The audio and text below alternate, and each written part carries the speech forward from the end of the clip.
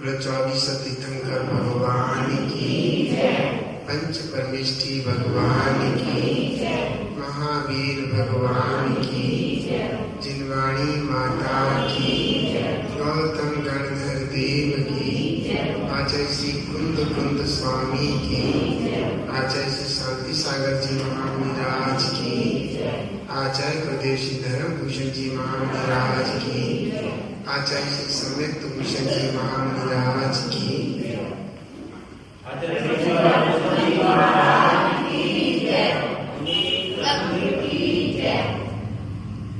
आपका प्रश्न अति उत्तम है। मंगल देशना। मंग माने पाप, गल माने नष्ट करने वाली। जो देशना पापों को नष्ट करे और पुण्य को लाए उसे मंगल देशना कहते हैं। इस देशना में पंच परमेष्ठी की आराधना, महामंत्र का उच्चारण एवं सच्चे वेद शास्त्र गुरु की आराधना गर्वित है। महाराज जी, मेरा प्रश्न ये है कि जब हम स्वागत करते हैं तो हम पाते हैं कि सच्चे देव शास्त्र गुरु की पर श्रद्धा रखना वही सम्यक दृष्टि का प्रथम मार्ग है।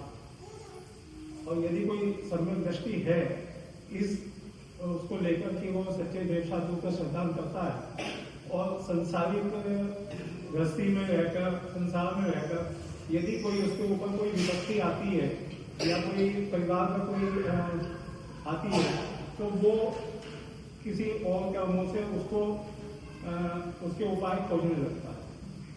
तो क्या ये सम्यक दृष्टि में दोष माना जाएगा या सिर्फ अपने सच्चे देव पर ही विश्वास करके बैठे रहे कि भाई जो होगा अपने कर्मों का फल है, वरना कुछ नहीं है, उसके लिए कोई उपाय करने की जरूरत नहीं है, इधर उधर भटकने की जरूरत नहीं, मिथ्यात्व का दोष होता है। ये मेरा शंका समाधान करें। आपका प्रश्न अति उत्तम है। अगर वह सम्यक दृष्टि है तो निश्चित रूप से वह जानता है, जिनेंद्र भगवान की देशना है कि सभी जीवों को अपने अपने कर्मों का फल स्वतः ही मिलता है। हर जीव अपने अपने कर्मों का फल प्राप्त करते हैं। जो भी उसके जीवन में अनहोनी घटना घटी है, अर्थात पाप कर्म के उदय से उसके घर में बीमारी या उसे बीमारी, पैसे में कमी या अन्य कोई किसी प्रकार की घटना है, तो वह अपने ही पूर्वकृत पाप कर्मों का फल है। ऐसा विचार उसके जीवन में सहज और सदा चलता रहता है। अगर उस जीव को इतना पता है तो उसे ये भी पता है कि पुण्य का संचय वीतरागी देव, निगंध गुरु और मां जिनवाणी की शरण में ही प्राप्त होता है। कुदेव, कुगुरु, कुशास्त्र की आराधना करने से पाप का ही अर्जन हो रहा है। जब कुगुरु, कुदेव, कुशास्त्र का आराधना करने से पापों का अर्जन हो जाता है तो फिर वो भला अपने जीवन की तो बात चल रही थी। कुगुरु, कुदेव, कुशास्त्र की आराधना करने से जब पाप का संचय होता है तो भला वह सम्यक दृष्टि अपनी विपत्तियों को शांत करने के लिए कुगुरु, कुदेव, कुशास्त्र का आश्रय क्यों लेगा? अगर ले रहा है तो निश्चित रूप से वो सम्यक दृष्टि नहीं है, घोर मिथ्या दृष्टि जीव है, या फिर उसने अपने सम्यक्त्व को चलायमान कर दिया है और वह मिथ्या दृष्टि हो गया है।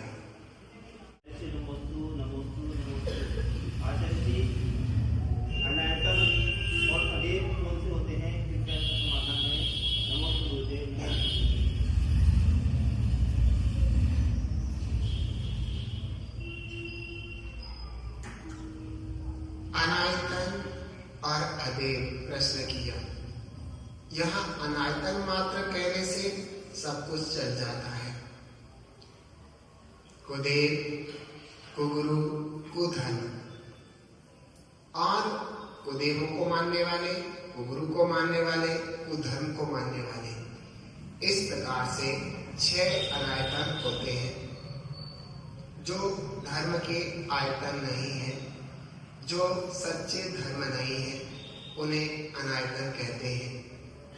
जो जीव कुगुरु, कुदेव, कुधर्म और ये तीनों और इनके मानने वाले इन 6 को मानता है या कृतकार्य अनुमोदना करता है, वह जीव नियम से घोर मिथ्या दृष्टि है। क्योंकि कभी कभी हम लोग जाने अनजाने में ऐसा कुकर्म कर बैठते हैं, जैसे हमारे से अच्छा तो वो है, हमारे से तो अच्छा वो है, जैनियों से अच्छा वो है। इस तरीके से अन्य धर्म की प्रशंसा आदि आप कर देते हैं, उससे अनायतन का दोष लगता है, और अनायतन के दोष लगने से आप मिथ्या दृष्टि निश्चित रूप से हो जाते हैं।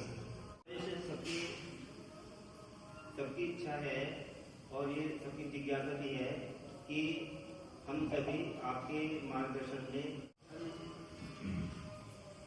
हमें विदित हुआ है कि छोटे बच्चों के शाम के शिविर चल रहे हैं, जो चलेंगे, जिनके लिए प्रचार प्रसार हो रहा है, शायद 11 तारीख से, 12 से या 13 से। तो वहां पर 20 साल तक के बच्चे भाग ले सकते हैं। रही बात बड़ों की, जैसे समाज चाहेगा और जैसी समाज की व्यवस्था होगी, समाज उस तरीके से शिविर का आयोजन कर सकता है और हम उसमें अपना सानिध्य दे देंगे। नमोस्तु गुरुदेव, नमोस्तु गुरुदेव, नमोस्तु गुरुदेव। गुरुदेव ये कहते हैं कि जब मंदिर में जाते हैं तो 3 उससे जो है अशुद्धि होती है। जैसे कि सूत की माला है तो उसको हम लोग भी फेरते हैं, अभिषेक शांति धारा वाले भी फेरते हैं, मतलब सूत की माला को। दूसरा है कि जैसे जिनवानी उसमें कपड़ा लगा रहता है, उसमें हम लोग भी हाथ लगाते हैं, और ये अभिषेक और शांति धारा वाले भी हाथ लगाते हैं। तीसरा है कि जैसे नीचे चटाई बिछती है, उस पर हम लोग भी खड़े होते हैं, और ये शांति धारा अभिषेक वाले भी खड़े होते हैं। तो इसका कैसे क्या? हर कहते हैं कि सूत की माला से नहीं करनी चाहिए, कोई कहता है कि मोतियों की माला से नहीं करनी चाहिए, तो इसका क्या है? आप बताइए। देखिए, जाप्य माला में सबसे अच्छा तो हाथ की माला है। अपने अपने शुद्ध हाथों से कीजिए, सारे विकल्प खत्म हो जाते हैं। धोती दुपट्टे वाले हैं, उनके शुद्ध अपने हाथ हैं। आप सिविल ड्रेस वाले हो, आपके जैसे अभी हाथ हैं। सबसे अच्छा तो हाथ में माला करने का अभ्यास डालें। द्वितीय, स्वर्ण की माला, वो भी अच्छी है। रजत की माला, वो भी अच्छी है। रही बात अब सूत की माला की, सूत की माला अन्य मालाओं से शुद्ध होती है, लेकिन बात शुद्धि अशुद्धि की है, उसमें तो आपको विवेक रखना ही पड़ेगा। निश्चित रूप से जो प्रक्षाल करने वाले लोग होते हैं, उनकी जो टेबल होती है, उसमें जो ड्रॉर होता है, उसके अंदर सूत की माला शुद्ध करके रखें। वे अपनी माला करें और तुम अपनी माला करो। रही बात जिनवाणी की, जिनवाणी में हम कवर वगैरह चढ़ा सकते हैं, जिससे कि पिन्नी का कवर चढ़ा देने से हम उस कपड़े वाली अशुद्धि से बच सकते हैं। रही चटाई की बात, तो चटाई निश्चित रूप से ऐसी होनी चाहिए जो कोई भी यूज कर ले, कोई भी उनको उपयोग में लाए, अशुद्धि का कोई विकल्प ना हो। ये सब अपना अपना विकल्प और विवेक और समाधान है।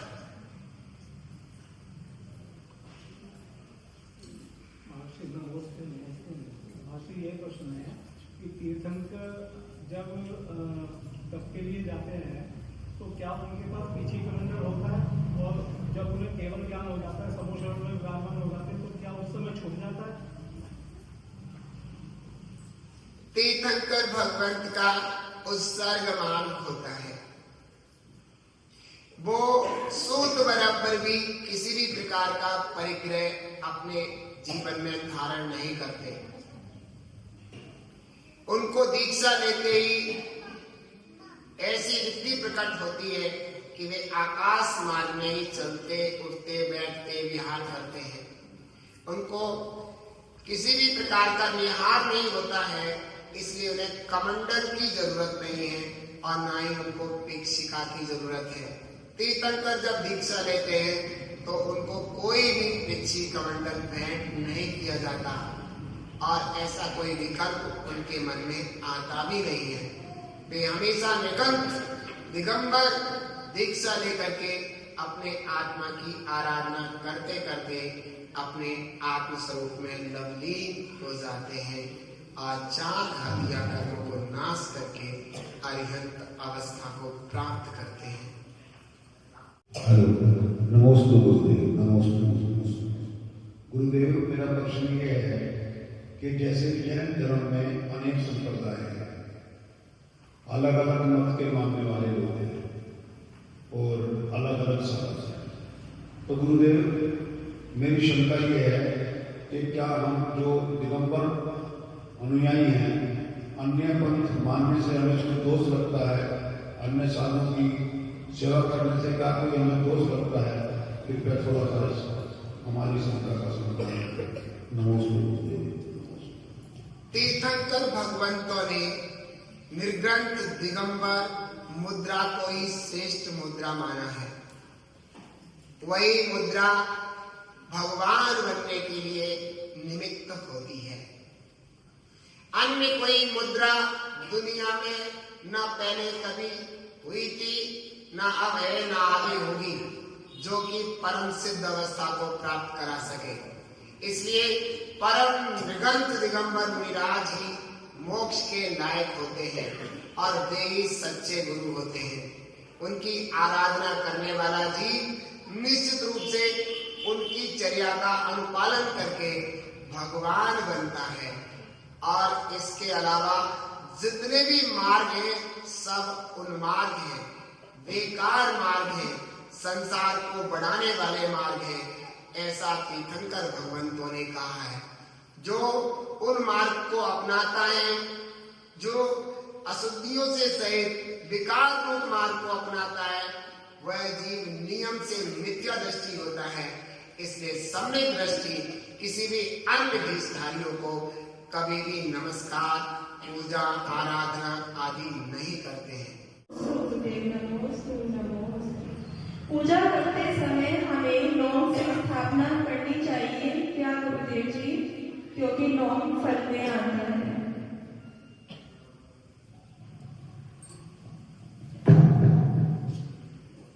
पूजा विधि में अष्ट द्रव्य निमित्त होते हैं। अष्ट द्रव्यों में जब हम भगवान के चरणों में रत्नत्रय की प्राप्ति के लिए अपने भावों में स्थापना करते हैं, उस समय हम लौंग को प्रयोग कर सकते हैं। लौंग फल नहीं है, एक पुष्प है, एक वृक्ष का पुष्प, जो कि आपने देखा होगा लौंग का पीछे का हिस्सा और उसके ऊपर एक सूखा हुआ फूल लगा रहता है। लौंग पुष्प में आती है, उसके द्वारा हम निश्चित रूप से भगवान की जो पूजा की स्थापना है वो कर सकते हैं। पूजा स्थापना करते वक्त कई लोगों का मान्यता ऐसी होती है कि जैसे मान लीजिए जब भगवान साक्षात हमारे सामने विराजमान है तो भगवान की अलग से स्थापना करने की जरूरत क्या है? ये बात ठीक है, सच है और यही होना चाहिए। उस समय भगवान को मैं ठोने पर नहीं बुला रहा, भगवान से तो आराधना की जा रही है। हे प्रभु, इन लवों के द्वारा मैं ऐसी भावना भाता हूँ, हे नाथ आप मेरे हृदय में आओ, हृदय में विराजमान हो और सदा हृदय में ही रहना, हृदय से बाहर नहीं जाना। इस भाव से मैं रत्नत्रय की प्राप्ति हेतु इन लौंगों के पुंज को ढोने पे चढ़ा करके पवित्र भावना करता हूँ। ऐसा भाव रखना चाहिए। गुरुदेव, भगवान महावीर का 2625वां जन्म महोत्सव खतौनी नगरी में 5 तारीख से 10 तारीख तक मनाया जा रहा है। गुरुदेव, हमें ऐसा क्या क्या काम करना चाहिए, ऐसे कौन कौन से कार्य करने चाहिए जो धर्म की प्रभावना शहर में, दुनिया में बहुत अधिक बढ़े और भगवान महावीर के जन्म कल्याण को अच्छे से मना। देखो, एक बहुत अच्छी बात कही है कि दिल से दिल मिल जाए, वात्सल्य की बरसात हो जाए। हम लोग जब धर्म की प्रभावना करने चलते हैं तो समाज में सब तरीके के लोग होते हैं। कुछ ऐसे होते हैं जिन्हें मात्र पता चलना चाहिए और वे धर्म की प्रभावना के लिए बिना पूछे बिना बताए एकदम आ जाते हैं। कुछ ऐसे होते हैं कि कोई दूसरा 2-4 बार कहे तो वो उनके साथ चले जाते हैं। कुछ ऐसे होते हैं कि कोई आएगा तो जाएंगे।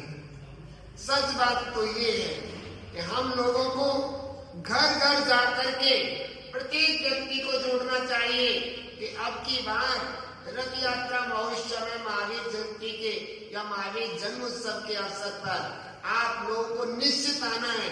तो वे लोग भी आएंगे जो बिल्कुल भी आना नहीं चाहते थे। उन्हें बड़ा हर्ष होगा कि ये लोग हमारे घर तक कहने के लिए आए और हमें भी धर्म की प्रभावना में जाना चाहिए। इसके साथ साथ हम अनेकों तरीकों से धर्म की प्रभावना कर सकते हैं। जब रथ यात्रा जाए तो हाथ में सबके झंडे होना चाहिए, जिससे भी बहुत अच्छी प्रभावना होती है। और एक बात और कि अधिकतर मैंने देखा है कि खाने पीने की वस्तुएं के स्टॉल बीच में लगाए जाते हैं। पानी तक सीमित है, वो भी छना हुआ शुद्ध पानी होना चाहिए। बाकी चीजों को जब हम लगाते हैं तो सारे के सारा माहौल खराब हो जाता है। बच्चे, छोटे, बड़े सब खाने पीने की वस्तुओं की तरफ दौड़ने लगते हैं और दुनिया नंग नाच का तमाशा देखती है कि जैनी कैसे भुक्कड़ है, कैसे खाने पर टूट रहे हैं। ये बातें बिल्कुल भी अच्छी नहीं लगती। हम सब लोगों को जिनेंद्र भगवान के धर्म की प्रभावना करनी है, अपने जिन धर्म की प्रभावना करनी है उसमें हमें खाने पीने आदि पर विराम देना चाहिए। मत लगता है कि गर्मियों में पानी की जरूरत पड़ती है तो पानी मात्र सुविधा सबके साथ हो जाए जरूरी है, लेकिन अनेक प्रकार के नाश्ते, खाना पीना ये सब बेकार है। बहुत से लोग सोचते हैं कि हमने खाने पीने नाश्ते का बहुत बड़ा स्टॉल लगाया है, हमने धर्म कमाया है। वो लोग मेरी बात सुन लें, उनने धर्म नहीं कमाया बल्कि धर्म में विघन डाला है। इसलिए उनका जो लगाया हुआ स्टॉल पुण्य का नहीं, पाप के बंद का कारण हो सकता है। हाँ, पानी की भावना रखने वाले पानी तक सीमित रहे कि भाई कोई प्यासा रह जाए, दिक्कत हो जाए, चक्कर न आ जाए, वो भाव ठीक है। लेकिन खाने पीने की जितने भी स्टॉल बीच में लगाए जाते हैं, बाद के भोजन की व्यवस्था की मैं मना नहीं कर रहा हूँ, लेकिन बीच में चलती हुई रथ यात्रा में तो निश्चित रूप से बहुत हानि होती है जन धर्म की। लोग खब्बड़ कहते हैं, भुक्कड़ कहते हैं, ये मैंने कई बार सुना है। इस बात का विशेष ध्यान रखें। साथ ही साथ पूजन पाठ, सभ्यता, हमारी अच्छाई, ये सब धर्म प्रभावना में कारण बनते हैं। हम लोगों को दिल खोल करके जिन धर्म की प्रभावना करनी चाहिए। नमस्ते महाराज। महाराज जी, जैसे रथ यात्रा निकलती है जिसमें श्री जी होते हैं, उसमें क्या औरतें हाथ लगा सकती हैं रथ पर? पता सबको है, नहीं लगा, नहीं लगा। आपका प्रश्न अति उत्तम है। रथ में सबसे ऊंचे भगवान विराजमान होते हैं और रथ की कटनी भी अलग होती है।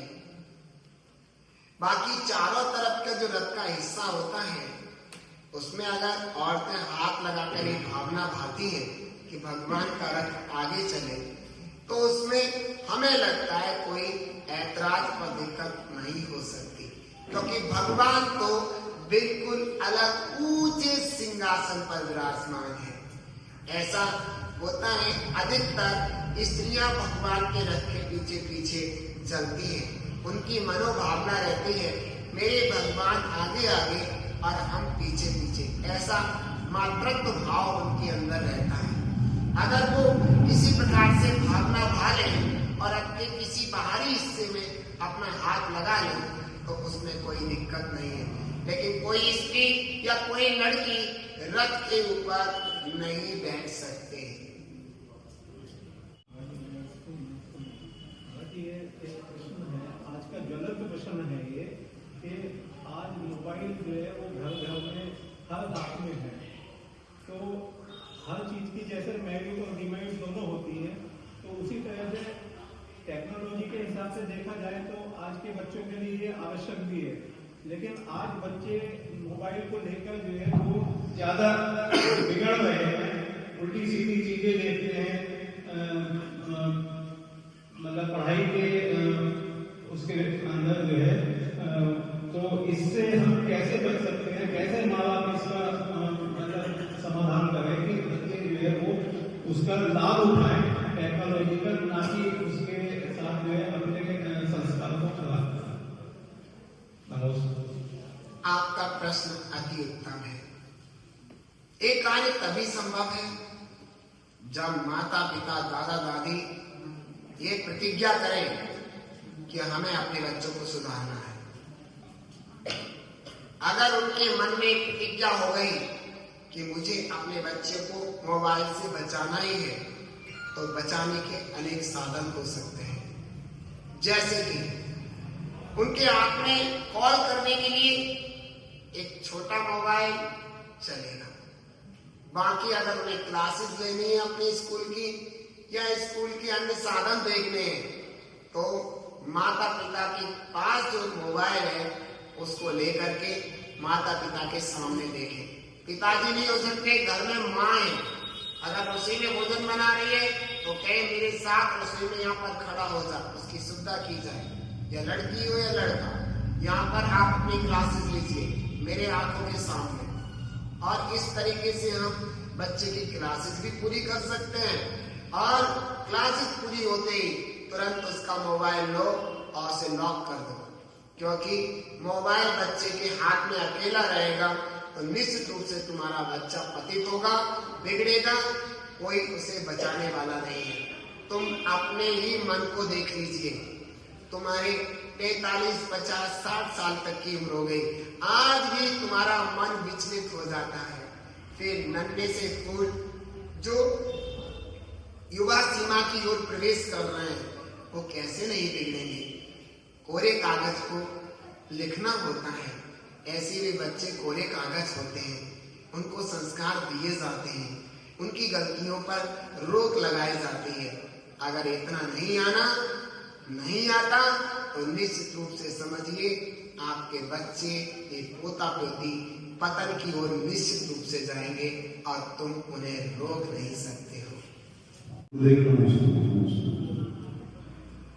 गुरु जी हमें महाराज श्री की वैयावती के समय की चीजों का ध्यान रखना चाहिए और हमें वैयावती करने से क्या लाभ मिलता है।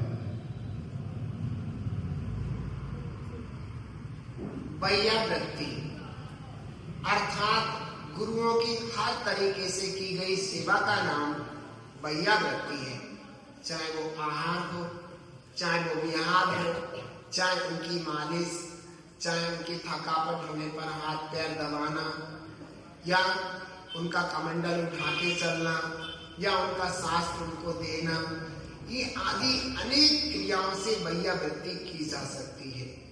वैयावृत्ति जीव के लिए मोक्ष का मार्ग है, क्योंकि जितने भी मोक्ष मार्ग में आगे मुनिराज समाधि के योगी हुए हैं उन सब की वैयावृत्ति की जाती है।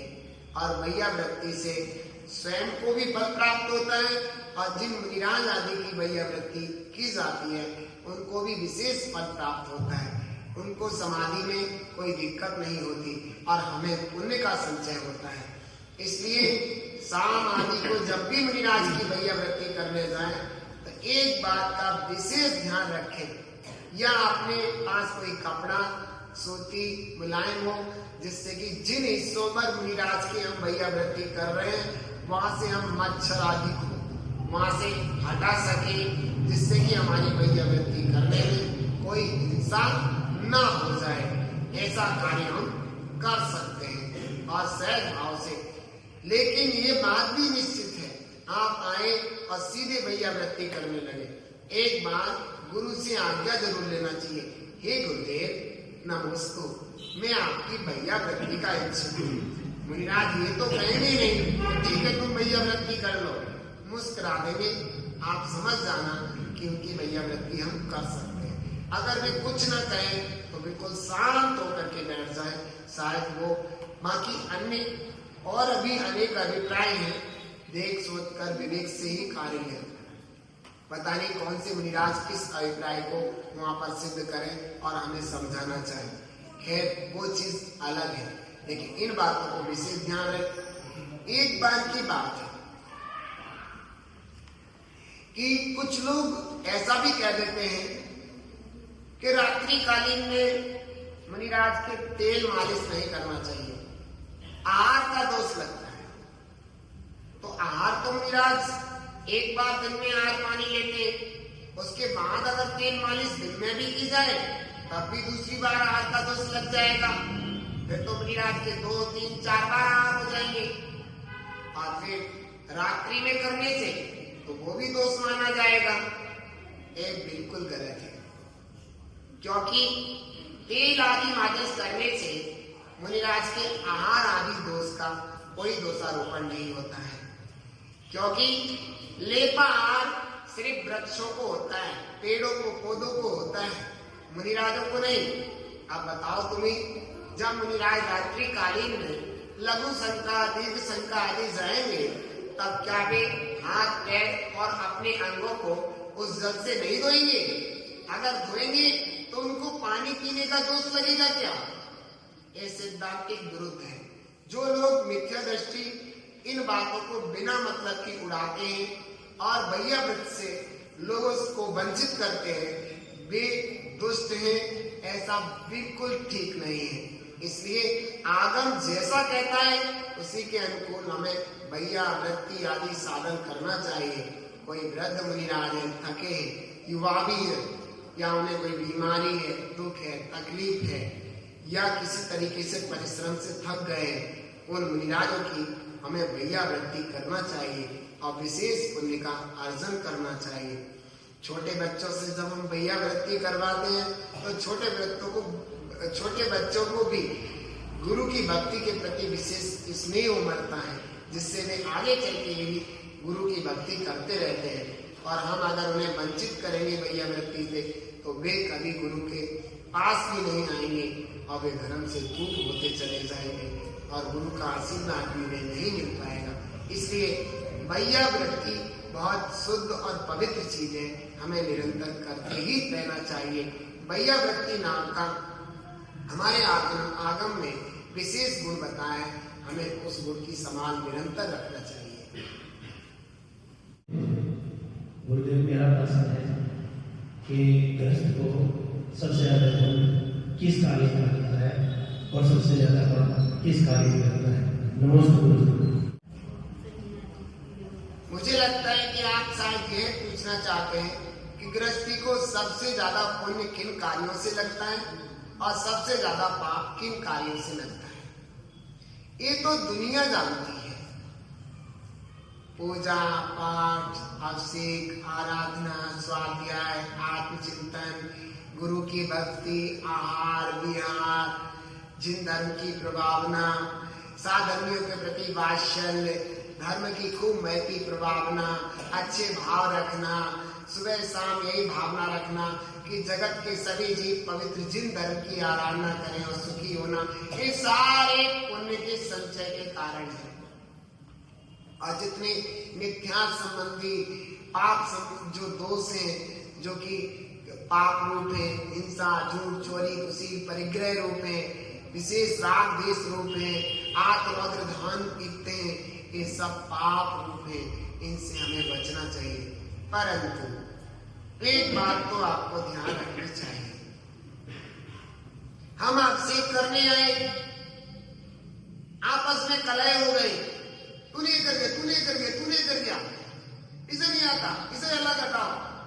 ऐसे भावों से आपने भगवान के समक्ष ऐसा पाप बांध लिया जो कि आपको नरक जैसी दुर्गति में डाल जाएगा। ऐसे ही आहार में इतनी सारी भीड़ आ गई, इतनी सारी भीड़ आ गई। मन मुटाव रखना, दूसरे को आहार नहीं देने देना, खींच खिंचाव रखना, इसमें भी महान बहुत तगड़ा पाप का अर्जन होता है। इसलिए अरे सुनो, भगवान के मंदिर में आजकल कौन आने को तैयार है, कौन प्रक्षाल करने को तैयार है?